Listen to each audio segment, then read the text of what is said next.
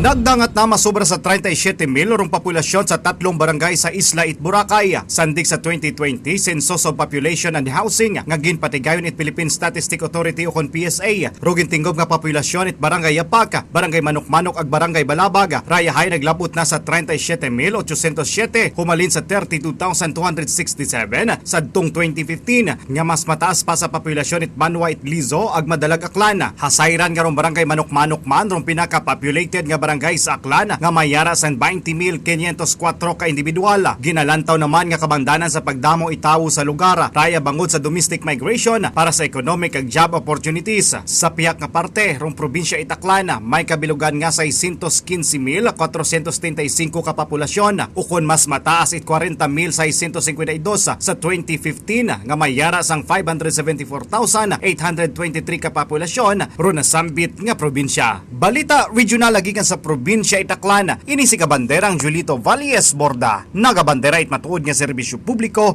ag kalingawan sa Western Visayas Radyo Bandera.